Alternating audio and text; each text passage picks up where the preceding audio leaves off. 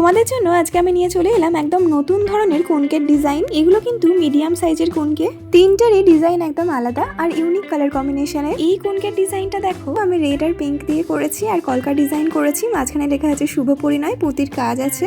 এই কোনকের ডিজাইনটা তোমাদের কেমন লাগলো অবশ্যই কিন্তু আমাকে কমেন্ট করে জানিও। চলো এবার পরের কাজটা দেখি। এটা আছে লাল আর হলুদের কম্বিনেশনে, পুঁতির কাজ আছে, রেড স্টোন দিয়ে কাজ করেছি, মাঝখানে আছে স্বস্তিক চিহ্ন আর বাকিটা পুরোটাই আছে ভরাট কাজ।